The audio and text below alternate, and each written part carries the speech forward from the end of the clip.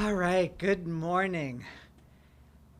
Welcome to this Sunday celebration with Unity of the Palm Beaches. Feels a little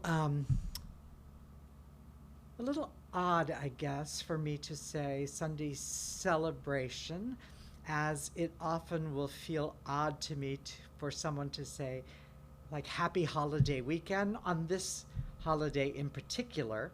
But welcome to this experience. And I'm grateful that you are here, that you have joined our virtual community. I'm Taylor Stevens. For those of you who may not know me, I am the senior minister and spiritual leader here at Unity of the Palm Beaches in downtown West Palm Beach, Florida.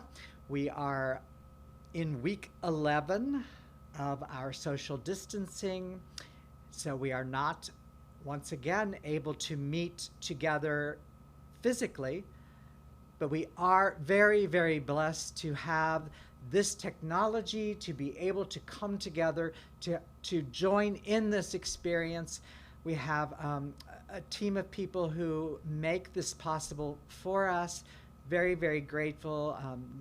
Diane Bruce, Bill Betts, for two of those people who have gotten this all set up and made this possible. They put me in place, they turn on the camera, they tell me when to start. And so I'm very, very, very grateful that we have this, and I'm going to trust that that if you're here, that you can have this experience. I've reminded you most weeks during this time that here in West Palm Beach, particularly in the northern regions of Palm Beach County, there are so many people live streaming, so many people accessing the internet during this time, because faith communities that's how we're meeting. So oftentimes you may get bumped off. Please know that if that happens for you, that it will most likely come back on. But if not, all of the archives are available. They are at www.unitypalmbeach.com. All of these past services, they're all available for you to access and for you to watch. Also on the website, the ability to donate, to set up reoccurring donations, the ability to submit a prayer request. So we invite you into that. We have an entire team of people who are just waiting to share prayer with you. So know that that is also available on the website, as are all of our announcements of the upcoming events. We have an entire roster of experiences. Most of what we do when we are together, that's all happening in one form or another virtually. So we have Zoom classes going on. 3 days a week, I'm doing a daily devotional, Tuesdays, Wednesdays, Thursdays. This week it will be Wednesday and Thursday, Thursday being our contemplative prayer group. We have classes. Trish is doing a class in the evening. I'm doing a class in the evening. So we've got a lot going on. We want to connect with you. We want you to be spiritually fed and nourished. And so I'm grateful you're here, and I'm also grateful for any time that we can serve you through this medium. So let's begin officially our time together by just joining in prayer. So as I do every single time that we pray together, I begin with the breath. And if you will join me in some conscious breathing, not manipulating or doing anything in particular with the breath, just being aware that we are breathing, and that every single breath is a sacrament. As we begin our incarnation, taking that first inhalation, and as we depart this earth realm, we do so with our final exhalation. And in between those two breaths, the constancy is the breathing. We breathe, for life is breathing us. Spirit, inspiration, in breathing, in spirit. And so as we open to this time together, we do so breathing consciously, knowing that though we cannot physically be together, though we cannot see each other with our physical eyes, we feel the connection, never broken, never disturbed, never distanced. The one essence of spirit, the truth of our being, the truth of all being. We celebrate that throughout this time together. We do so gratefully. And so it is. Amen. And so again, welcome. Thank you for being here. Thank you for being a part of this. We're going to continue our time together with the Daily Word. I'm going to actually read tomorrow's Daily Word, the Daily Word for our Memorial Day observance. After the Daily Word, Trish Yancey will sing us into our meditation time. So our Daily Word for Memorial Day, May 25th, is honor. So the Daily Word, again, for tomorrow, Memorial Day, honor. The affirmation: I honor all who gave their lives in service to others. Again, and I invite you to really feel this with me, if you will. I honor all who gave their lives in service to others. The text: Memorial Day in the United States is a time to honor the men and women in the military who have made the ultimate sacrifice in service to their country. I honor the brave men and women around the earth whose service has made the world a better place. I hold them in my heart with gratitude for my freedom and my safety. I am mindful of my liberty as I remember them with respect. Their sacrifice has not been in vain. I want to repeat that beautiful key sentence. Their sacrifice has not been in vain. Today or tomorrow, Memorial Day, and every day, I honor those who have given their lives in service. I pause to reflect on the bravery and faith it takes to serve. I send gratitude to everyone for their sacrifice through actions that show my love and appreciation to those who have fallen. I will never forget those I honor today. Again, repeat. I will never forget those I honor today. The scripture from the letter to the Romans: love one another with mutual affection. Outdo one another in showing honor. Love one another with mutual affection. Outdo one another in showing honor. Our daily word, honor. And now Trish will lead us into our time of meditation.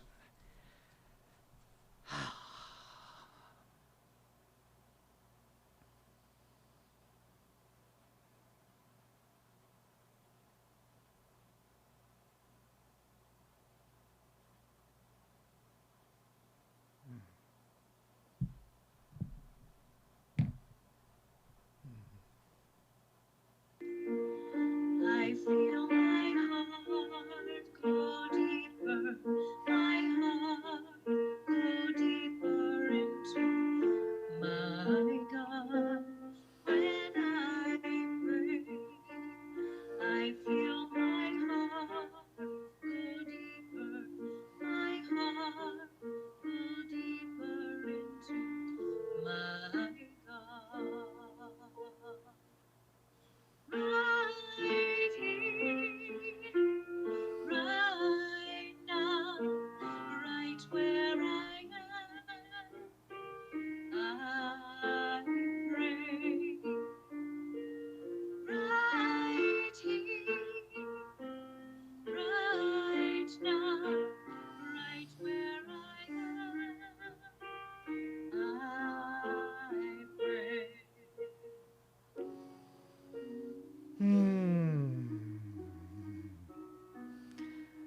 So I invite you to come back to the precious breath.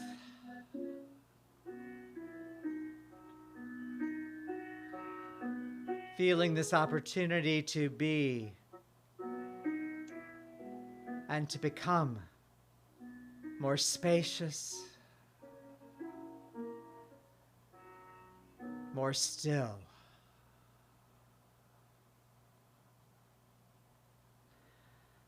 More spacious and more still.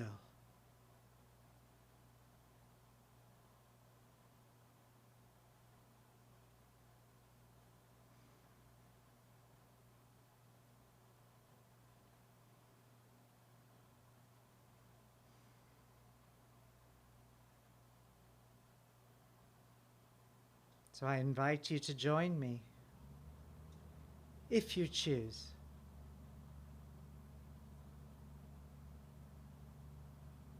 in allowing that breath, that conscious breathing,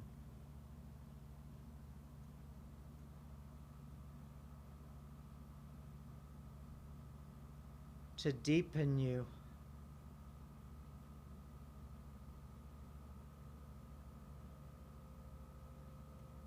to bring you more fully into your heart,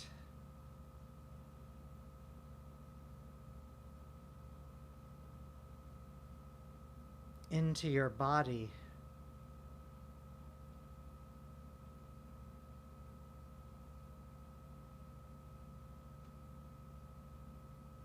into this moment.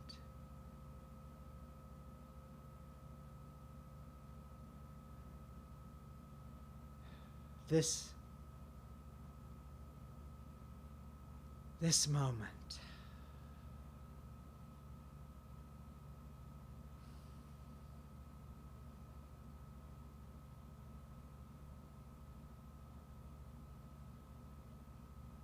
Wherever you may be, whether you are alone, whether you are with someone else, or even a group of people.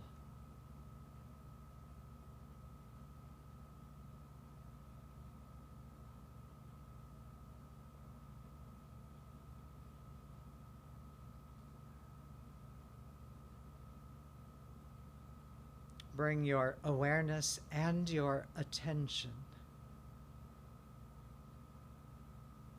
to the interior of your being.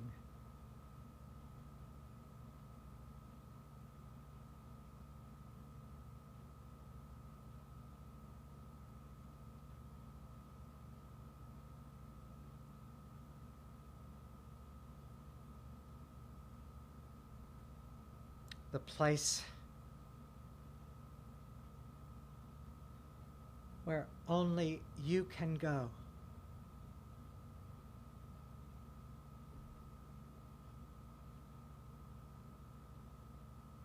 The place where, at the deepest level, even alone,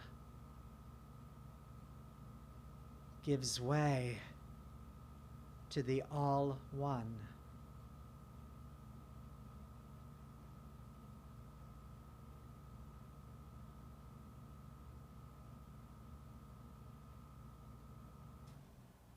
The one presence that is all power.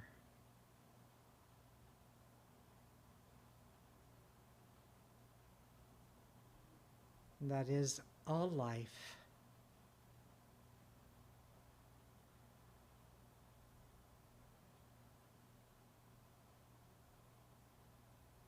And that is all love.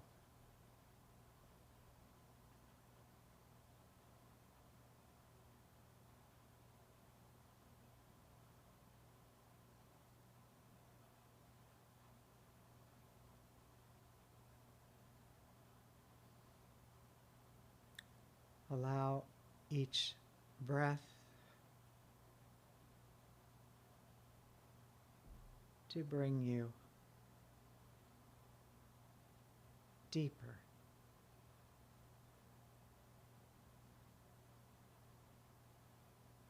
deeper,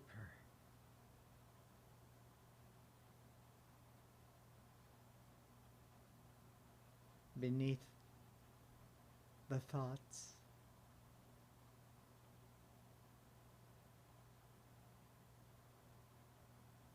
beneath the concepts.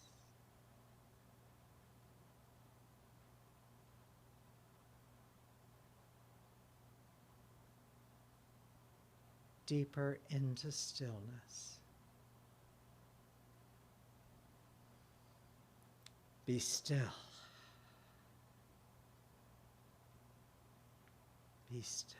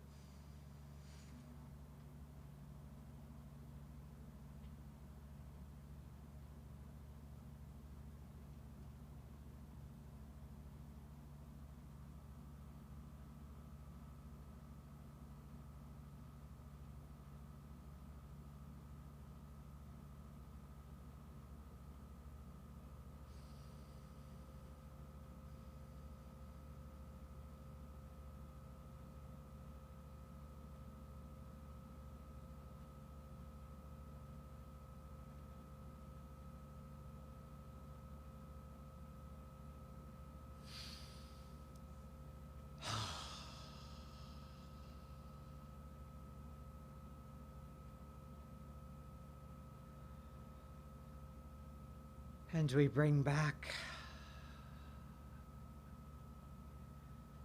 the words,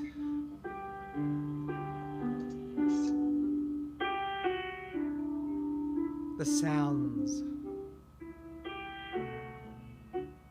the music.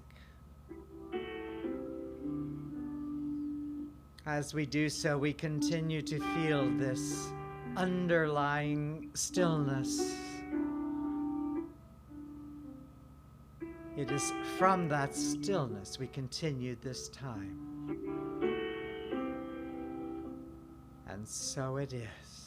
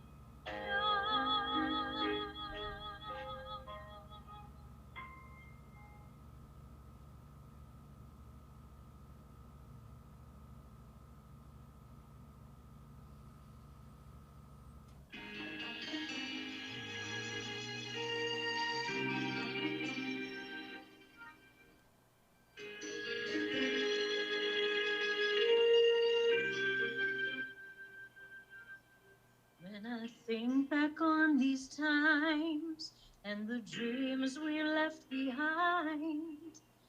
I'll be glad 'cause I was blessed to get to have you in my life. When I look back on these days, I look and see your face. You were right there for me.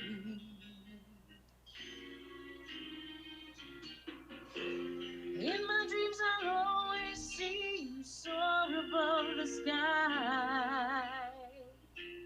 In my heart, there'll always be a place for you for all my life. I'll keep a part of you with me, and everywhere I am, there you'll be. And everywhere I am, there you'll be.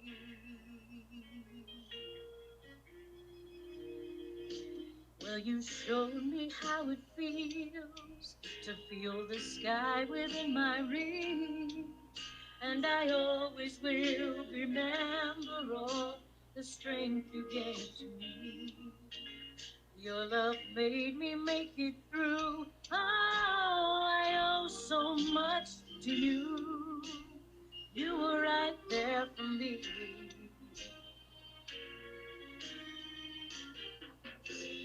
In my dreams, I'll always see you soar above the sky.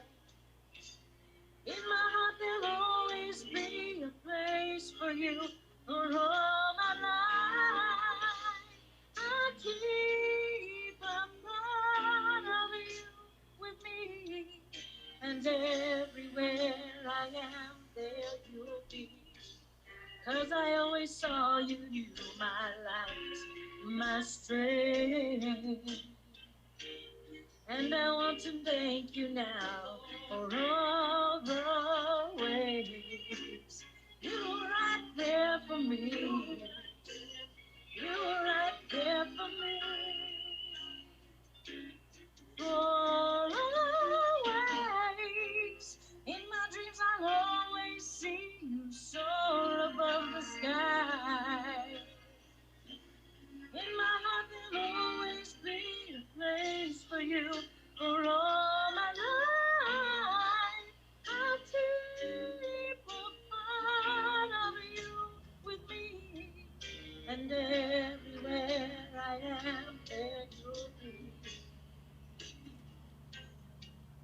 And everywhere I am, there you'll be. There you'll be.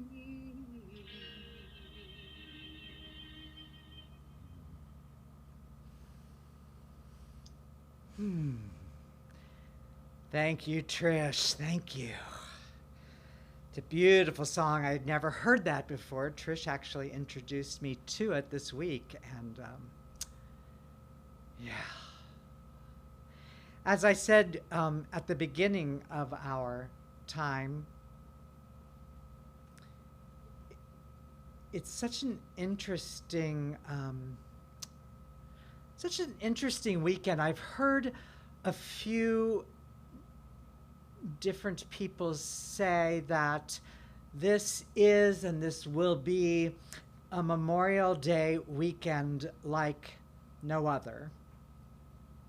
And I've really been reflecting on that and have been reflecting upon how Memorial Day has evolved, for me at least, throughout my lifetime. And I really felt drawn to dedicate this Sunday service, our Sunday gathering today. I want to dedicate it to all those countless individuals who have lost their lives in military service. I honor, as our daily word is for tomorrow, I I honor those who have served, and that has continued to deepen for me. I I think back on my youth, and I didn't really understand the distinction so much between Veterans Day and Memorial Day.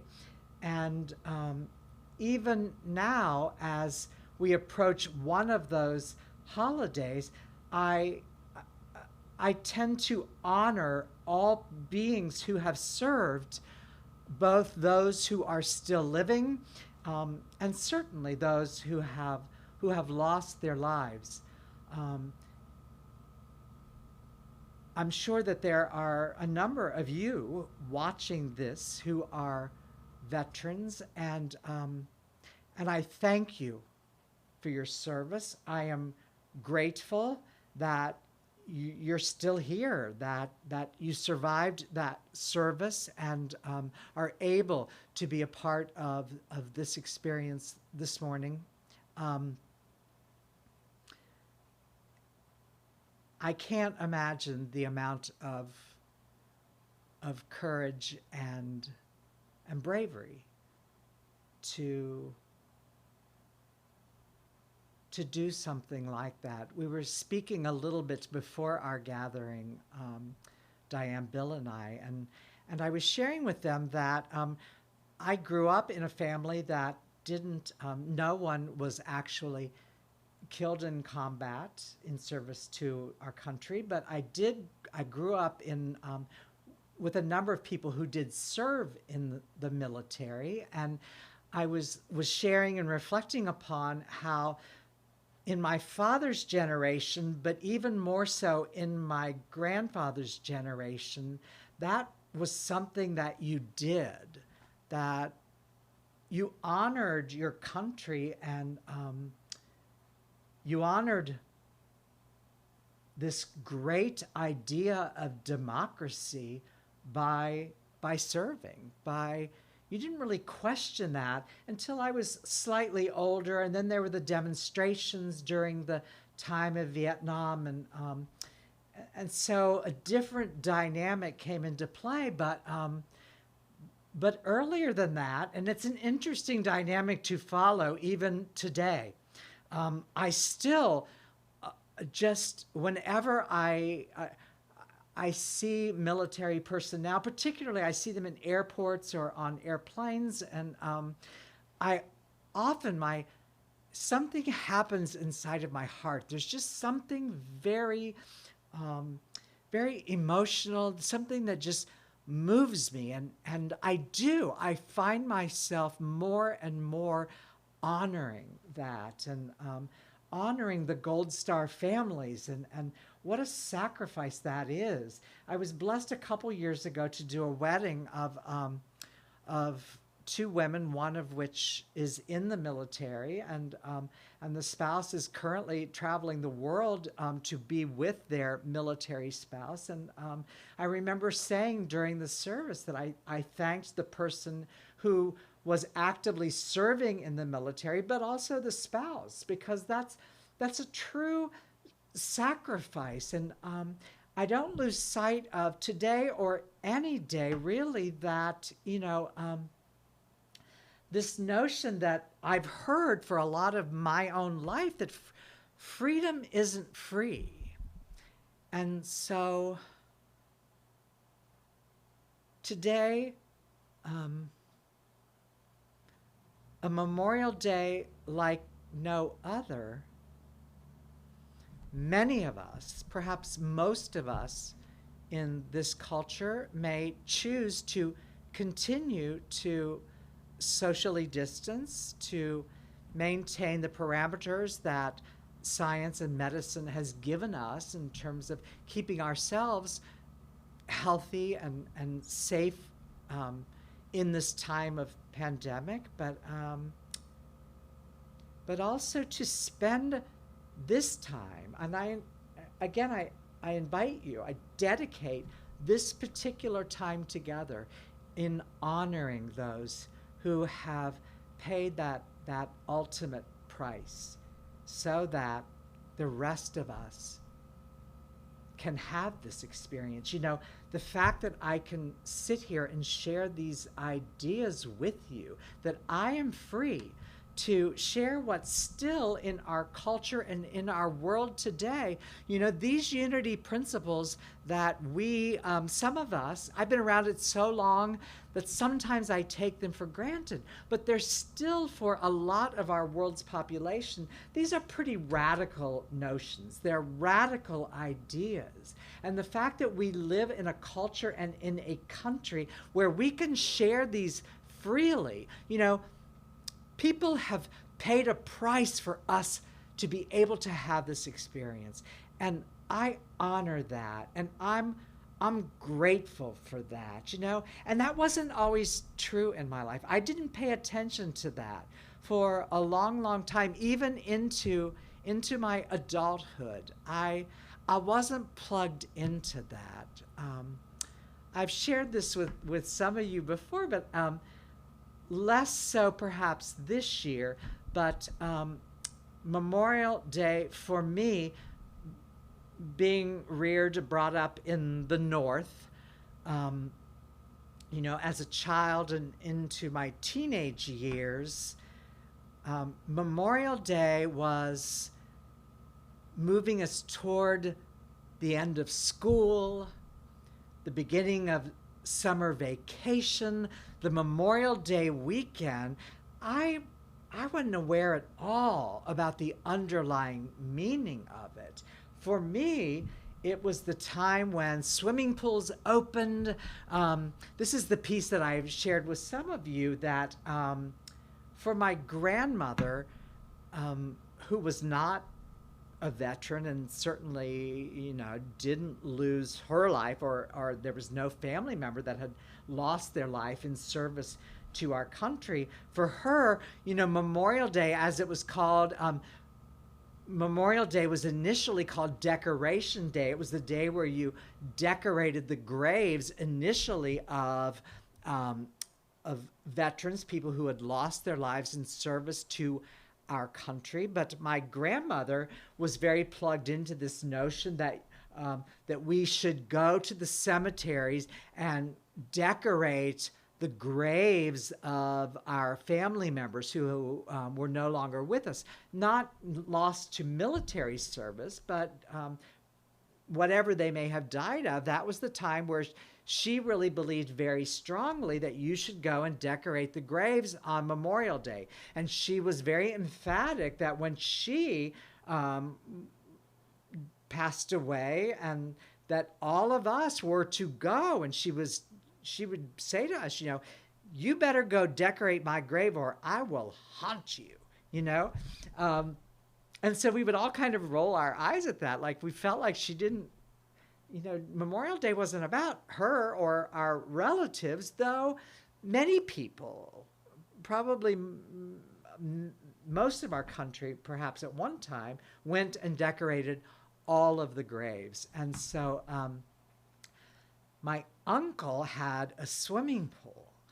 And so we would wait for Memorial Day weekend. When it would draw near, we would kind of wait to see whether my uncle would call and invite our family for a barbecue and for swimming pool time, or whether my grandmother would call first and say that we were all going to go to the cemetery and decorate the graves. And so you can imagine, as a child and even as a teenager, you know, I was not interested in going and decorating graves. So if the choice was between, you know, a barbecue and swimming pool or graveyard, you can well imagine, you know, which one of those I would choose. Today, I have a deep, deep, deep appreciation, and I honor those who made it possible for me and for my family to be able to barbecue and to go to a swimming pool.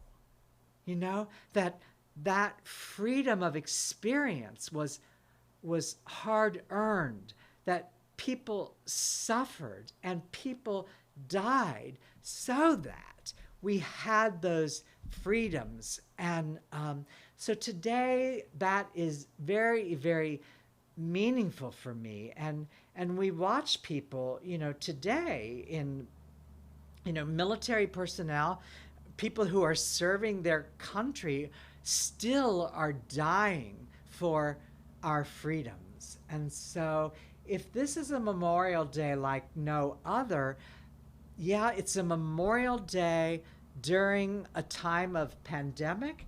It's also, though, a Memorial Day when I just, watched on the news yesterday where, as some of our social distancing is eased, and even in places where it is not yet eased so much, our beaches yesterday were crowded. And there were people that were really defying this notion of social distancing and kind of defying the laws of their particular municipality or their state laws, and just saying, you know what, we're free and we get to do what we want. And so we're going to ignore any, what we perceive at least as limitations on our freedom. And so I watched that, and I think maybe I had shared this with you last week, that would not have occurred to me, that my freedoms were being violated when I was told to stay home, to stay distanced, to wear a mask if I was to go somewhere.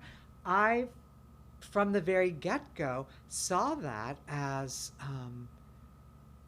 protecting me from this illness that has killed almost 100,000 people in just our country. And so for me, it doesn't take anything away from those who have lost their lives in service to their country to include in this Memorial Day, which is like no other.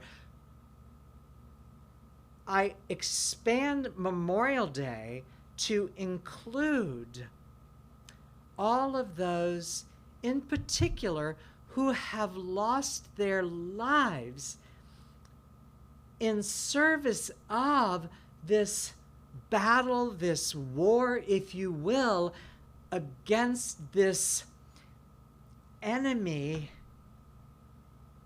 of COVID-19, against this war that is happening around the entire globe. But in terms of this Memorial Day, those frontline workers who make it possible for me, I'm just going to speak for me, that have made it possible for me to stay home mostly, to distance, those frontline workers who have been courageous enough. And we've seen so many examples of this. People who volunteered to leave places, in particular, people who left North Carolina and Indiana and California and Washington State and Florida and all these places that initially went to New York City where this thing was raging. People were dying literally by the thousands. And the hospitals were just strained, the ICU units. And we could see it in real time. These doctors, these nurses, these respiratory therapists, these people who were cleaning the hospitals, the dietary people, it just concentrically expands that even people, the sanitation workers, the people working in our grocery stores, that in all forms of service, who could not stay home, who showed up in service to all of us.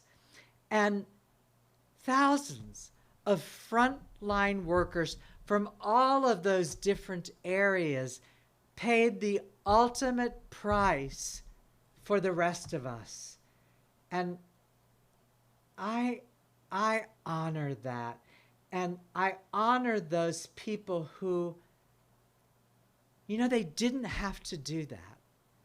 Just like for most of our history, there was certainly a time where the draft was initiated and people either went to serve or faced incarceration. But these people who chose knew the risk and still chose to show up and to serve. People who sat as people took their final breath. Family could not be there. They would have been alone had those frontline workers not risked their own lives to be there. And so that for me is just astoundingly beautiful. And if you've seen an image of the New York Times today, the entire front page of that newspaper filled with thousands and thousands of names, each one of those a precious human life gone. Now, I know that each and every one of those beings is a spirit. At the level of that spirit, at the level of essence, they have moved on to the next experience. And so I understand that in the ultimate sense, death is not death. Earlier in my spirituality, it took me a long time to realize that I was using spirituality as a way to shield my own heart from the pain and suffering of humanity. That each and every person who has lost their life, whether they were a frontline worker or not, each and every person, a precious expression of our shared humanity who is now gone, and countless people are left to grieve. And I am so grateful that at this point I can honor those lives, that I don't try to deaden that experience. It's a lot to face, for sure. And though I'm still here because other people have paid the price. And so I invite you, wherever you may be with it. And I've heard even today, I heard someone sharing that that fear is somehow this enemy to be avoided, that if we are faithful, we do not fear. And I have a different relationship to that. And I know that for me, the day that I realized I no longer feared fear, my life changed. My life experience changed. I am not afraid to be afraid. And I get that we are hardwired for fear. That I have a really healthy respect for this thing we called coronavirus. That distancing, as our medical professionals, our scientists are saying, hey, this thing is really contagious. You better distance, you better stay home, you better really honor how powerful this thing can be in our human experience. I'm not afraid ultimately to die, but I also understand that while I'm here, I can be of service. If I am not prudent, if I am not discerning, if I do not honor what can happen to me, if I am not prudent, if I do not stay at home, see, I can no longer share with you if I'm not here to do so. And so this observance of Memorial Day, this honoring of those who have paid the price for my freedom, now I want to honor that in how I choose to live, in how I choose to show up. I want to honor that by making my life mean something more than just about me. If I need to wear a mask, I got one right here. If I need to wear a mask so that I could protect the lives of others, I am all about that. And we are going to move very slowly toward being here again physically, because I am not going to risk you. Somebody said, well, where's your faith? What do you choose love over fear? Well, I love you enough to place my faith in both my spirituality, my unity principles, and in what this virus can do in our human experience. So, people paid a price, and I'm responsible to those who paid that price. I'm honoring those who paid that price. I remember years ago, this kind of the realization that people paid a price for me to be anti-war.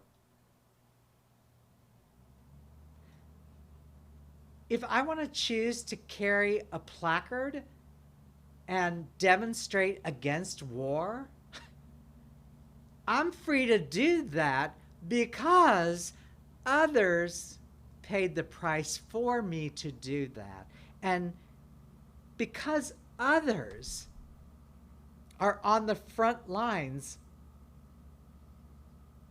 others are working in the Publix, I have something to eat.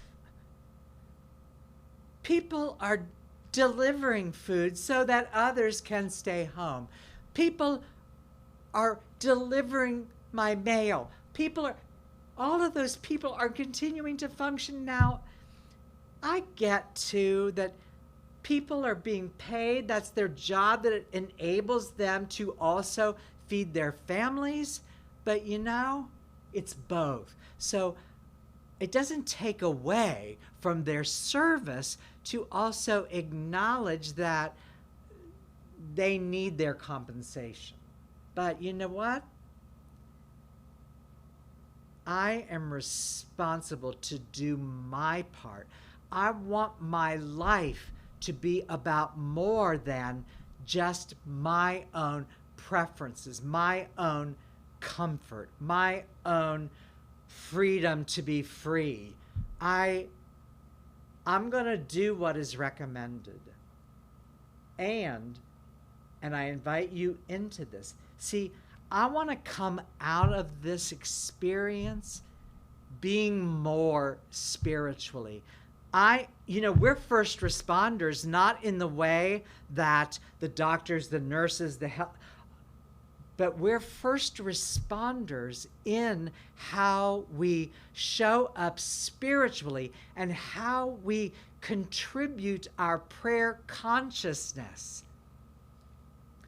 Every prayer, every moment of prayer is my contribution. See, That's what I can do. You know, I wish at a certain level, I wish that I could go and I could sit beside people as they die, because I feel like I do have a capacity for that. But see, that wouldn't be prudent. Um, I'm not allowed to do that. Even as a clergy person, I'm still not allowed to do that. But I also need to honor the fact that I'm going to stay healthy so that I can come here and I can share this with you. I have a responsibility to you. You are my spiritual family. And I'm going to stay healthy. I'm going to do this as long as I feel called to do this. I don't do it perfectly by any means. I can clunk my way through this, and we've had our technical difficulties, but you know what? We're here and we're together. And while you are home, and while you are safe at home, and while you are distancing, you have this. We are able to do this. You know, Diana's working in our office and making it possible for us to do it. Trish is on here, and she's providing music, and our prayer chaplains are active, and our board is, we have board meeting Tuesday night. We're going to Zoom in together to discern, to pray our way through this, to activate our unity principles, and to be sure that this still is here for future generations. And I feel that in terms of the people who have gone, those who have gone before. You know, how will we be remembered? How did we show up for this? You know, maybe that doesn't matter to you, and I honor that too, but how will we be remembered? How will future generations honor our contribution? Or will they look back and say, what were they thinking? Like almost 100,000 people in just this country. One person dying almost 100,000 times. How can I show up in such a way that maybe just one less, maybe together in our shared consciousness, when we pray more than we distract, when we open our hearts to feel this collective trauma, when we're courageous enough to allow that to be what we give, how we serve. It takes bravery. And I know you, and I know that we are up to the task. I honor those. I honor those who have given their life so that I may live, so that I may share this with you.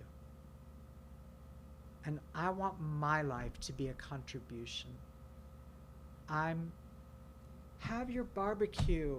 Have your barbecue. Just please spend a few moments recognizing that you barbecue because somebody died, and people live to give us that right. And so I stand on the shoulders of those beings, and I'm just going to speak for me. It's my turn. It's my turn.